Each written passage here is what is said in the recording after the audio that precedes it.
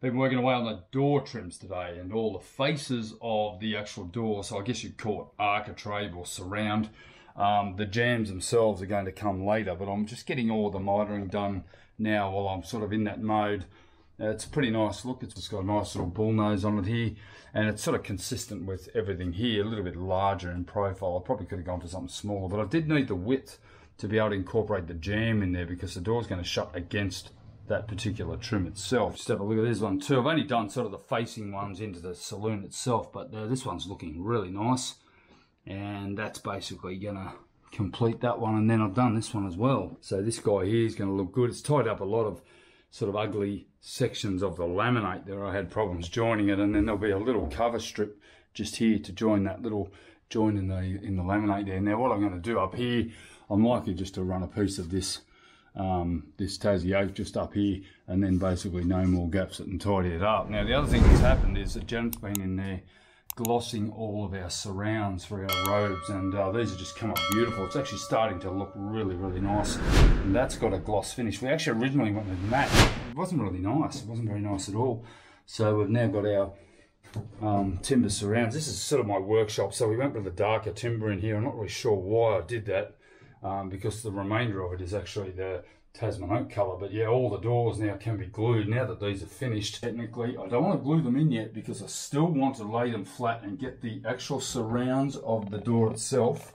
So these smaller 90-degree surrounds still have to be glued onto the face of the door. And of course, with the laminate, we've obviously got that plastic on plastic issue that epoxy doesn't like to glue to plastic. So it will glue, but I'm going to make sure that it glues to the foam edge as well. And that's going to be the same problem we're going to have with this particular these door surrounds. So the actual external face on both sides will be this 40mm Tasmanian oak. It does actually come with a square edge, so I'm actually running it through my router table just with a curved route, like a bullnose on the edge of it here like this, just to soften it a little bit. And then this will overhang about 2 centimeters, and then the inside of the door will actually be dressed like so, which essentially gives us a rebate for the door to close against. So a strike plate, I guess you call it. I'm not really sure what you call it. I'm not really into door terminology, but I sort of know how to do it. We're looking at around about now 8mm of internal door here. I haven't got a lot more to play with because of the width of the external surround that I've chosen. I didn't want anything too big because it will look pretty chunky, but the nice thing is that that'll form enough for the door to strike against on both sides, and then I can basically glue it all in place. So obviously we're gluing it, we're not actually screwing it in place, and it's going to have to be clamped and glued. And of course the preparation on this laminate needs to be fairly substantial because nothing's really going to stick to it because it's a plastic in itself, and epoxy probably won't like to take to it. So I'm going to have to glue this face to this laminate for me then to be able to glue the internal part to the actual surround itself, thereby making it all one. Now the problem I've got, plastic laminate really doesn't like and take to epoxy that well, so I'm going to have to etch it, hope that it holds long enough for me to be able to actually get that timber glued to the back of it, and then it'll all stay in one piece once the whole thing's mitered together. I've had a similar problem here. Obviously I've got, you can see here, I've got the door surround and then the laminate and then another dress trim. Nothing's really going to want to stick to this laminate, so I'm going to have to prepare these surfaces absolutely meticulously. But if you have a look at that, the door's actually looking really nice. I mean, with all the trim I'm putting in around here, everything's got to be sort of etched and sanded and prepared, and you know, once it's in place, it's going to be just beautiful. There really is no reason why I should ever have to remove any of this stuff unless we break a bulkhead or something. God forbid if that ever happened. But if it ever happened, I can deal with it. You know, I'll just deal with it. I'll just cut it out and redo it. You know, I've built the whole thing. There's no reason why I can't sort that out at a later date. I don't expect any problems with this boat. Honestly, it is built like a brick shithouse. So my regular journey down into the wood room. And this is my wood storage here. We've got some beautiful timber. I'm keeping it in here because it's nice and dry. Don't want it up in the factory because it's a bit humid up there. Inside the boat here is actually pretty good. And I've got my 19 or my 30mm dressed all around Tassie oak, and I've got the 40mm stuff, and then I've got some other dress trims and, you know, a lot of quadding, flat beaded quadding that I'm using here as well. So I've got plenty of stuff here, and this all has to be cut, routed, dressed, and then installed.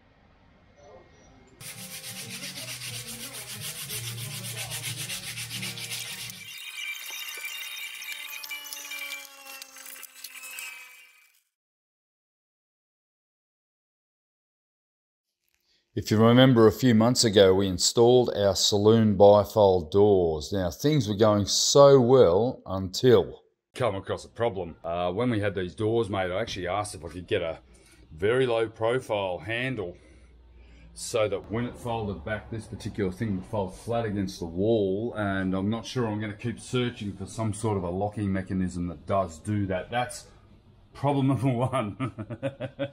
And there's never an easy run with this, but it's something I can fix on the fly. The stair module that I put in has created a bit of an issue for me. It's not a massive issue because I've still got an open door, but I can't physically open the bifold all the way back because of the bottom step. Butterfly stair module in from the internal module, I actually put it in place thinking I'd have enough clearance, but I failed to acknowledge, and I wouldn't have known this until I put the door in anyway, that when a bifold opens,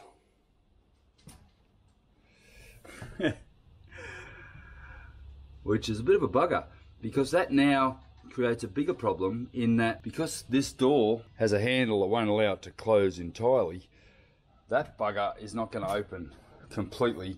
However, I can open it right out, but then you've got no access to the helm station. So there's only one thing for it, that's to cut and chop the bottom step.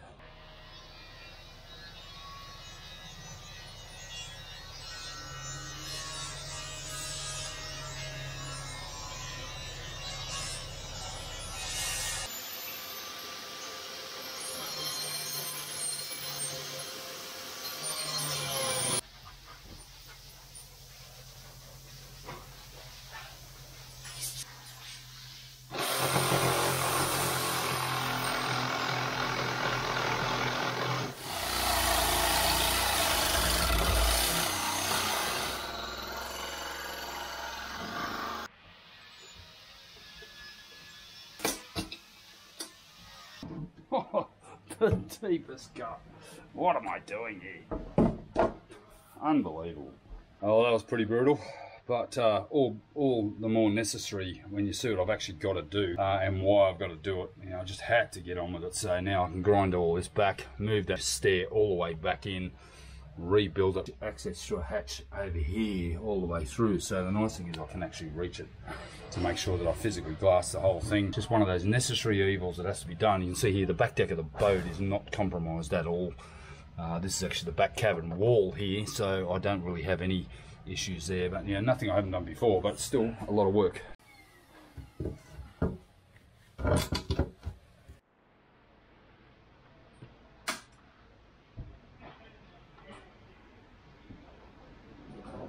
You can finally see what my problem's been, and a lot of it stems from, firstly, from this.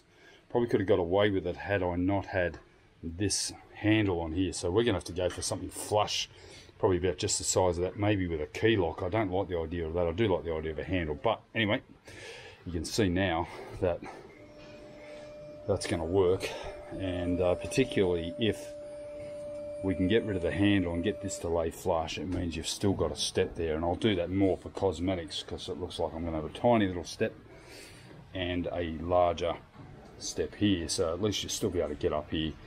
Okay, that is now cut, and I've actually got this now so that even with the new handle we can open the door fully. Ooh, just and I've now marked it where I need to sand it back because I'm going to have to fair that in. I'm actually going to have to get rid of the anti-slip that's on here. That'll all be sanded down. But once I fair it all in, I'll get rid of that and put a new piece on, and you can just see how good this anti-slip is once I put it back in place. And then basically I'm going to have to build this up to get it level with the floor here with some foam. I'll just put some foam in there and then re-laminate the whole thing from about here. I will lose a bit of anti-slip here, but it's not really going to be too much of a problem. It's not really a very effective step, however it will solve our problem and make sure that we can fully open the door. Just one of those things that really wasn't prepared for, but anyway, we've solved it, and it's going to be a little bit of backing, piece of foam in here, and then I can just re-laminate the whole thing back in place, and obviously do what I've done up here and fair it all back in again.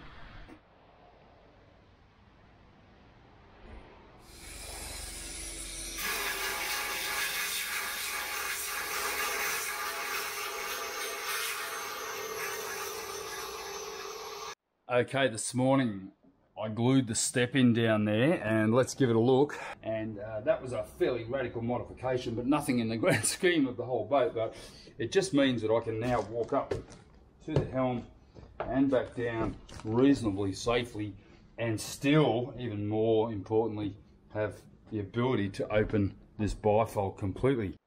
And now, even with this shitty handle, as if it folded back flat, that's just crazy. I love the doors, but this has got to go and totally open up the space, which is, you know, really what I was after right from the start. If I'd have put this module in, if I'd put it 50 millimeters further to the port side, I wouldn't have had that issue. But anyway, I did, and retrospectively, it still worked out. I still had the ability to be able to recover, and I think I'm recovering quite well from a big cock up. But anyway, that's all epoxied in.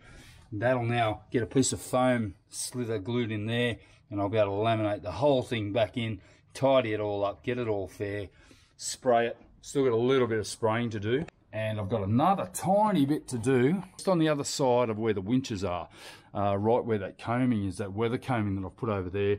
It's still a little bit rough, and I don't think I ever did spray it. Well, I think I brushed gel coated it and then gave it a bit of a polish, but it's now ready for final spray, and that'll be done with all the spraying in this area. I'll still have to do the mast base, and I'm going to do a little bit more work up on the front, up on the bows as well. I've just been sanding away at those, getting them as fair as I can before I put it on the water.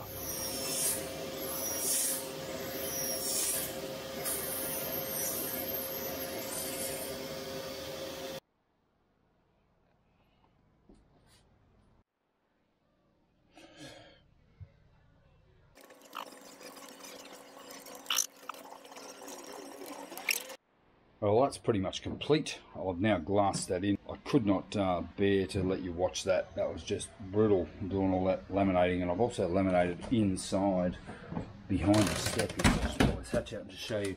So I've actually laminated the entire insides as well, with a stick with the paintbrush attached to it. And I still got some pretty good laminating in there, all peel plied, all joined. Now that can be flow coated out now, that entire hatch. But more importantly is the door works. That's looking really good. I'll just take the peel ply off, and I can get to fairing and finishing this and get it ready for spraying. So I'll get all the peel ply off. This is all beautifully glassed in now. It's got about 4 layers of 400 double bias I've glued in here.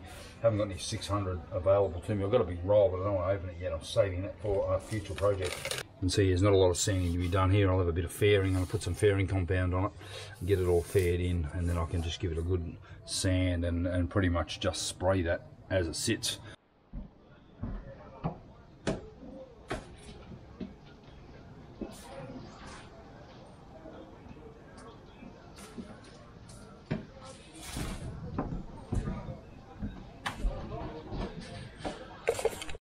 About 18 months ago, Zach and I started on the electrical cabinet, and it has been an absolute mission to get it all in place. And I said to him, I'll just hang it on this piece of plywood and we'll get it fitted later on to a proper door. Well, I'm about to start working on that particular door, and it's a lot of work to get that door done, because I actually want to have an inserted door into the insert and then potentially a polycarbonate front over the top of it. Not really sure I'm going to go with that, but I like the idea of it because that will stop throwing light throughout the cabin and also stop any tampering fingers getting into the switchboard, potentially if we ever have grandkids or people on board that don't really know what they're doing. So that's one of my missions, is to put some sort of a door over the top of it. But for now, I'm just going to make a door that actually fits within the frame insert of the actual electrical cabinet, and then I'll be able to hopefully shut that down and lock it so that I can't get any tampering fingers. But that's going to require quite a lot of work. I intend to do the front in Tasmanian oak in the actual surround, but I'm just going to use a 12mm plywood because that'll give me the ability to be able to inset it right in, and then I'll potentially inset the actual panel into that panel as well. It's going to be quite a bit of work involved in making this part.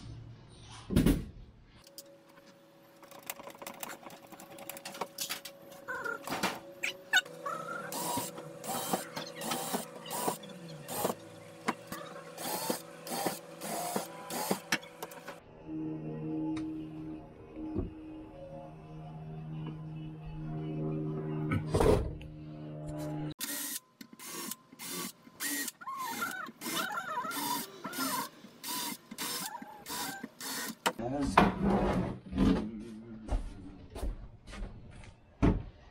I finally finished the part. It took a bit of work. It's taken about 3 weeks to get this together amongst other jobs, but that's looking pretty good. I've got a little bit of burn through on some of the plywood on the top there, but I'm going to sort that out with a big badge that is going to say DC electrical cabinet only. Do not switch off bilge pumps, but I don't really have that problem. So this is going to be fitted in here. This DC panel will be inset into the actual door.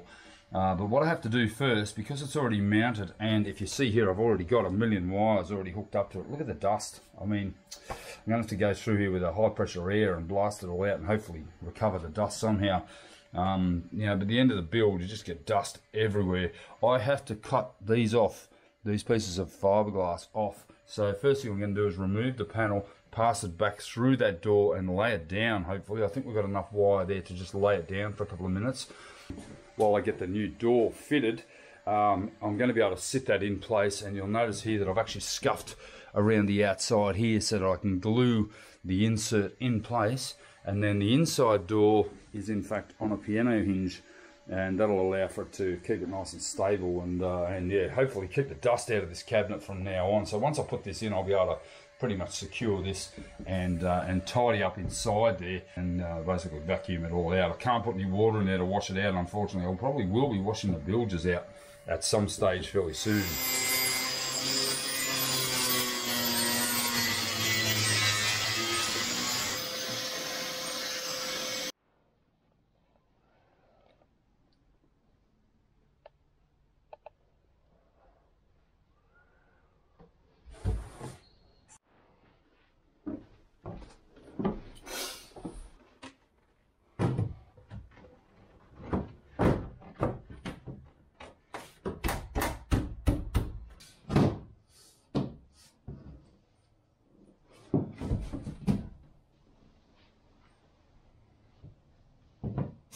See if my routed insert fits the panel, because if it doesn't, I have to take it out and reroute it, and I don't want to do that. So we'll